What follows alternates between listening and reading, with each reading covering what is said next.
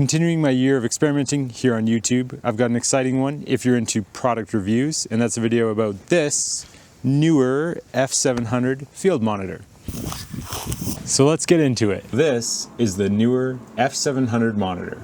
Professional grade monitoring that won't break the bank, featuring a crisp 1920 by 1080p resolution on a spacious 7-inch display, with stunning 2000 nit brightness that keeps your footage visible even in direct sunlight.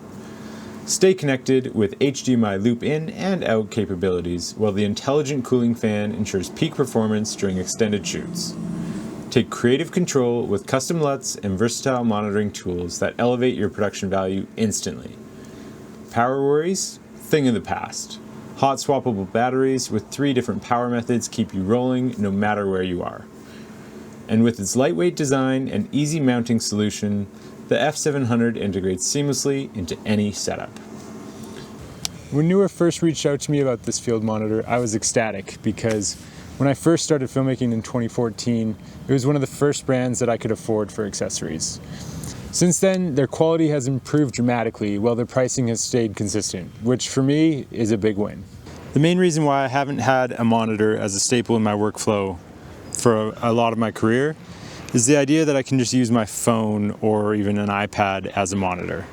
But in reality, when I actually do commit to using a phone as a monitor, it ends up being more hassle than it's worth, and by the end of the shoot day, it's no longer on my camera. And I have actually tried. I have the Monitor Plus app. I paid for it on iPad and Android. And now on my Sonys, I use the monitor and control app from Sony, which admittedly is really great, especially if you're using 2 cameras at the same time.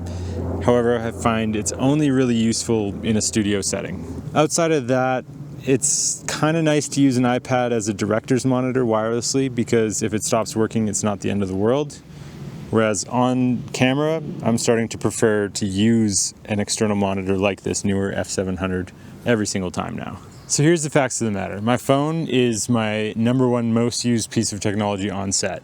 From behind the scenes photos, pulling up the script, finding out the interview questions, pulling up Navcan for drone permission on the next set, communicating with other talent, crew, director, whatever. Being able to text the wife when I have a down second on set.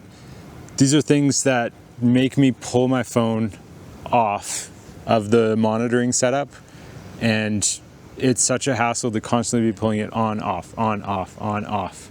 To me, it just ends up not being worth it for that use case alone.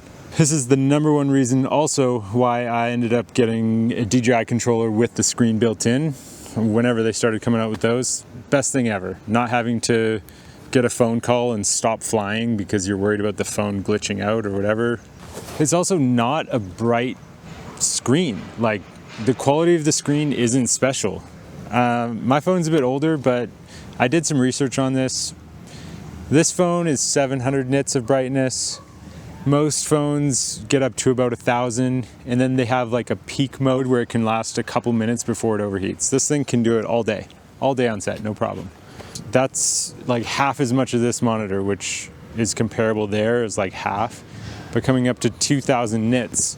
It's just so much brighter. It's dedicated to just being able to see the image as clear as possible. And right now, I don't know what's next on the script because I need my phone. And then if you're using it wirelessly, the lag is quite a bit worse on the phone versus the monitor. I know you can plug the phone in, but again, we're getting to the point where it's just becoming a dedicated monitor and you can't use it as a phone. And then there's compatibility. Sony has a great app. Not all cameras have a great app. I use this with my P1000, P1100 quite a bit, and it has a terrible app. It's completely useless. And the monitor still works with it. Same with my drone, Raspberry Pi, basically anything you can plug HDMI to, and this will work. Whereas the apps, you need so many different apps on your phones to control all the different cameras. I don't have a lot of experience with other monitors, so I don't have a lot of cons to share in comparison to other monitors, which is why I focused this video on kind of cell phones versus a monitor. But the one thing that was bugging me about this one that I had to fix is that it doesn't come with a screen cover protector thing. And I kind of just chuck my gear in the bag, and sometimes things shake around, and I've learned the hard way that screens do scratch eventually. So I 3D printed this little screen cover. If you want it, I'll link it up in MakerWorld and you can download and print it yourself. It just slots right on and that kind of keeps it safe in my bag. But other than that, I have been using it for 2 months and absolutely loving it. I've always loved watching gear review videos, but I'm not sure if making them is for me. I liked it better than my last video, making a list video, but I think I prefer project-based videos, so I'll probably be getting back to those moving forward. Let me know in the comments what you think, and I'll see you guys in the next one.